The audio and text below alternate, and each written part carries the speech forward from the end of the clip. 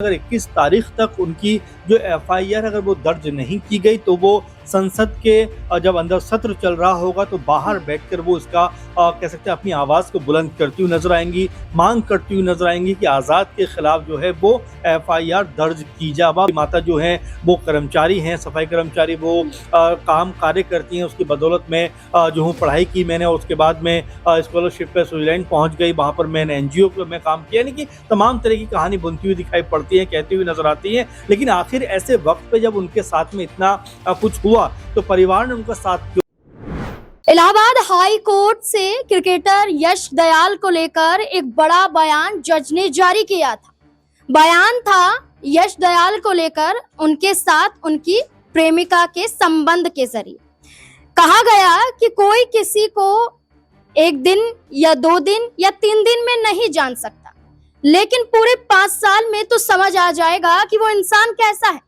इसके बावजूद 5 साल बाद जाकर आप आरोप लगाते हैं और आरोप यौन शोषण के लगाते हैं, तो क्या आपने आंखों पर पट्टी बांध रखी थी? ये बयान इलाहाबाद हाई कोर्ट का है क्रिकेटर यश दयाल मामले में। लेकिन इसी बयान के साथ डॉक्टर रोहिणी घावरी का मुद्दा जोड़ा जा रहा है, क्योंकि हूबहू 2021 में रोहिणी घावरी चंद्रशेखर आजाद के साथ रिश्ते में आई और 2025 में डॉक्टर रोहिणी घावरी चंद्रशेखर आजाद पर यौन शोषण के आरोप लगा रही हैं और कहती हैं कि उनके साथ ही नहीं बल्कि कई और महिलाओं के साथ भी शोषण चंद्रशेखर आजाद ने किया है। जब तक सबक नहीं सिखा देती हूँ, जब तक गिरफ्तार नहीं करवा लेती हूँ, तब तक हार नहीं मानूंगी। लेकिन डॉक्टर रोहिणी घावरी पर ही सवाल उठने लगे, क्योंकि मध्य प्रदेश इंदौर से जब भीम आर्मी के उपाध्यक्ष विनोद ने खुलकर ये कहा कि डॉक्टर रोहिणी घावरी को मैंने खुद चंद्रशेखर आजाद की शादी के बारे में बताया है और डॉक्टर रोहिणी घावरी चंद्रशेखर आजाद के बेटे के लिए स्विट्जरलैंड से कपड़े भी लाई हैं, तो इसके बाद आरोप कैसे लगा सकती हैं? चंद्रशेखर आजाद पर आरोप तो लगाए गए, लेकिन अब एक और बड़ा बयान डॉक्टर रोहिणी घावरी का सामने आता है। ये बयान क्या है? वो एक पोस्ट करती हैं। पोस्ट में लिखती हैं, मैंने बहुत इंतजार कर लिया, अब अगर 21 जुलाई तक एफआईआर नहीं होती है तो पार्लियामेंट सेशन अंदर चलेगा, लेकिन मैं वहीं बाहर बैठी रहूंगी। तो क्या भारत आने की तैयारियां डॉक्टर रोहिणी घावरी कर रही हैं? आगे लिखती हैं, आखिर देश की न्याय प्रणाली में इतना वक्त क्यों लगता है? मैंने सारे तरीके अपना लिए, एफआईआर के अब यही अंतिम विकल्प है कि मैं भारत वापस आकर इस लड़ाई को लड़ूं। मेरी आवाज का दबना देश की लाखों बेटियों की हिम्मत खत्म होने के सम्मान है। गांव की गरीब बेटी कैसे हिम्मत करेगी लड़ने के लिए? और एक क्वेश्चन मार्क लगा देती हैं। लेकिन जहां डॉक्टर रोहिणी घावरी चंद्रशेखर आजाद पर आरोप लगा रही हैं, तो वहीं कई दर्शक हमारे साथ जुड़े जो चंद्रशेखर आजाद को लेकर अपनी प्रतिक्रिया जाहिर कर रहे हैं। यहाँ पर बताएं तो वेद प्रकाश सागर हैं, वो लिखते हैं कि चंद्रशेखर आजाद जिंदाबाद, निर्दोष हैं, रोहिणी घावरी झूठ बोल रही हैं। इसके अलावा यहाँ पर आपको बता दें, यहाँ पर समर लिखते हैं कि रोहिणी घावरी बुनियादी मुद्दे उठाती नहीं, चंद्रशेखर आजाद जी जिंदाबाद। इसके अलावा योगित है, वो लिखते हैं ये सब बीजेपी की चाल है, बिहार में चुनाव आ रहा है और चिराग पासवान की दिक्कत बढ़ रही है। ये तमाम मुद्दे बिहार के चुनाव से भी जोड़ लिए गए। इसके अलावा देखा जाए तो चंद्रशेखर आजाद के जिंदाबाद के नारे रोहिणी घावरी पर ये आरोप लगाए जा रहे हैं, वो किसी के जरिए चंद्रशेखर आजाद को फंसाने की कोशिश कर रही हैं। यहाँ ये भी कहा जा रहा है कि भाई चंद्रशेखर आजाद के बढ़ते कद को देख बीजेपी सदमे में है। 2027 के चुनाव से पहले रोहिणी घावरी को मोहरा बनाकर बीजेपी इस्तेमाल कर रही है। जय भीम, नमो बुधाय, चंद्रशेखर आजाद जिंदाबाद। यहाँ पर तमाम और पोस्ट देखेंगे तो हर कोई ये कह रहा है कि चंद्रशेखर आजाद को फंसाने की कोशिश की जा रही है।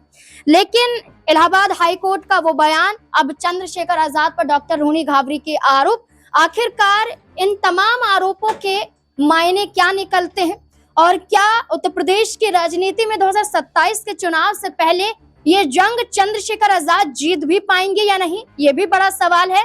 सवाल के जवाब लेंगे। मेरे साथ मेरे वरिष्ठ सहयोगी अमन सर जुड़ चुके हैं। सर, क्या लगता है इस पूरे मामले को देखकर? एक और नया पोस्ट जिसमें बताती हैं कि भारत आकर लड़ाई लड़नी पड़ेगी, ये पार्लियामेंट के बाहर धरना प्रदर्शन करेंगे। कैसे देखते हैं इस पूरे मामले को? देखिए, जाहिर बात है, रोहिणी घावरी लगातार ट्वीट के जरिए अपनी जो तमाम कह सकते हैं परेशानी है, पीड़ा है, उसको जाहिर करते हुए नजर आती है। लेकिन अब जो उन्होंने ट्वीट किया है उसके जरिए वो ये बताना चाहते हैं कि भारत आकर अब वो अपनी जो लड़ाई है, जो आरोप लगाए हैं, उसको लड़ना चाहती है। और साथ में ये भी कहना चाहती हैं कि अगर 21 तारीख तक उनकी जो एफआईआर अगर वो दर्ज नहीं की गई तो वो संसद के जब अंदर सत्र चल रहा होगा तो बाहर बैठकर वो इसका कह सकते हैं अपनी आवाज को बुलंद करती हुई नजर आएंगी, मांग करती हुई नजर आएंगी कि आजाद के खिलाफ जो है वो एफआईआर दर्ज की जाए। अब आप जरा देखिए, इस पूरे मामले को लेकर हम लगातार यही बात कहते रहे हैं कि भाई अगर आपको कोई दिक्कत परेशानी है, अगर आपके साथ कोई धोखेबाजी हुई है या आपको कोई ऐसी पीड़ा हुई है जिसके जरिए आप इंसाफ पाना चाहती हैं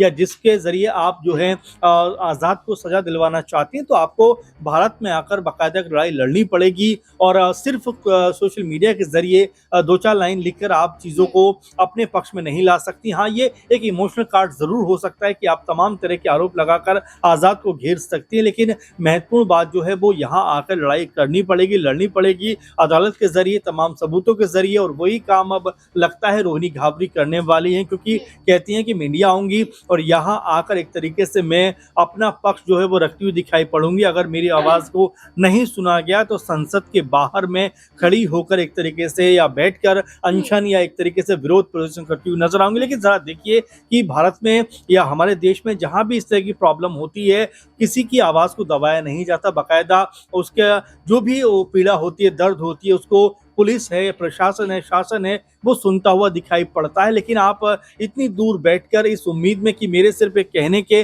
बाद तमाम प्रक्रिया शुरू हो जाएगी, मेरे ख्याल से ज्यादा ये ज्यादती की बात भी है। कि सर, ये बात करें कि चलिए आप कह रहे हैं कि भारत आना ही पड़ेगा, आप लड़ाई स्विट्जरलैंड से लड़ रही हैं, लेकिन आपका परिवार इंदौर में रहता है, आपके परिवार में आपकी बहनें, आपके भाई, आपके माता पिता भी हैं, लेकिन वो खुलकर अभी तक सामने नहीं आए हैं। अपने आप को गरीब की बेटी बताती हैं, दलित की बेटी बताती हैं, तो परिवार को तो सामने आना चाहिए। देखिए, सिर्फ परिवार नहीं बल्कि कोई उनके फ्रेंड सर्किल में नहीं, कोई जान पहचान में नहीं, आप देखिए सिर्फ वही ट्वीट करती हुई नजर आती हैं। हम बिल्कुल ये नहीं कहेंगे कि वो सही कह रही हैं, गलत कह रही हैं, लेकिन सिर्फ अपनी लड़ाई को जिस तरह से वो आगे बढ़ा रही हैं और जिस तरह की तमाम बातें कह रही हैं, वो ये संदेश जरूर देता है कि क्या यहाँ पर रोहिणी घावरी जो हैं वो अकेले लड़ाई लड़ेंगी या उनका परिवार भी उनके साथ में आकर कहीं ना कहीं इस लड़ाई की मुहिम में उनका साथ देता हुआ दिखाई पड़ेगा। क्योंकि परिवार में बाकायदा पूरा उनका कह सकते हैं अच्छा खासा बड़ा परिवार है, उनकी बहनें हैं, भाई है, माँ बाप हैं, और तमाम तरह के पोस्ट वो करती भी रहती है कि मेरी माता जो है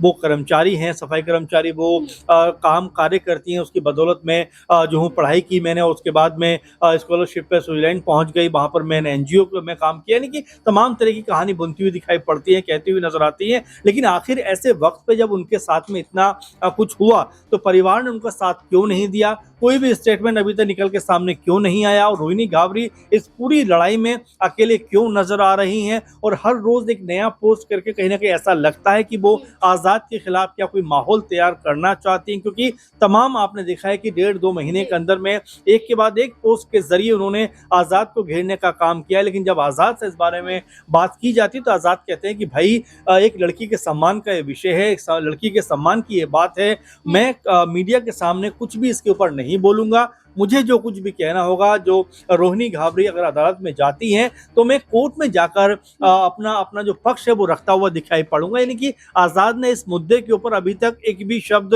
ठीक से नहीं बोला है और यही कहते हुए नजर आए कि भाई कोर्ट जाऊंगा, वहां पर अपनी बात रखूंगा। लेकिन यहाँ पर रोहिणी घावरी जिस तरह से लगातार सोशल मीडिया के जरिए अपनी बात को रख रही हैं, लेकिन अब जिस तरह की बात वो कह रही हैं कि भाई मैं भारत आऊंगी और एफआईआर दर्ज नहीं हुई तो मैं विरोध प्रदर्शन करूंगी, देखना ये होगा कि अब क्या वाकई में वो भारत आने वाली हैं, लड़ाई लड़ने वाली हैं, और क्या आजाद अब इसके ऊपर जो पूरा मामला है उसके ऊपर क्या अपना पक्ष रखते हुए नजर आएंगे, क्योंकि आजाद को लेकर भी कहा जा रहा है कि उनको सफाई पेश करनी चाहिए। देखिए, बिल्कुल चंद्रशेखर आजाद को लेकर भी कहा जा रहा है कि जब लड़ाई सड़कों पर लड़ी जा रही है तो खुलकर अपने बचाव में कुछ तो चंद्रशेखर आजाद को कहना ही चाहिए। अब देखना होगा कि भारत आने का दावा करने वाली डॉक्टर रूनी घावरी वाकई भारत आएंगी और क्या ये पूरा मामला कोर्ट के तहत देखा जाएगा, क्योंकि एक बड़ा फैसला क्रिकेटर यश दयाल के मामले में आया, लेकिन क्या अब कानूनी प्रक्रिया के तहत लड़ाई लड़ी जाएगी तो चंद्रशेखर आजाद के में भी क्या फैसला सामने आ सकता है? आपको क्या लगता है इस पूरे मुद्दे को लेकर? क्या है आपकी राय? अपनी राय कमेंट सेक्शन में जरूर दें। देखते रहें SPN9 न्यूज़। धन्यवाद।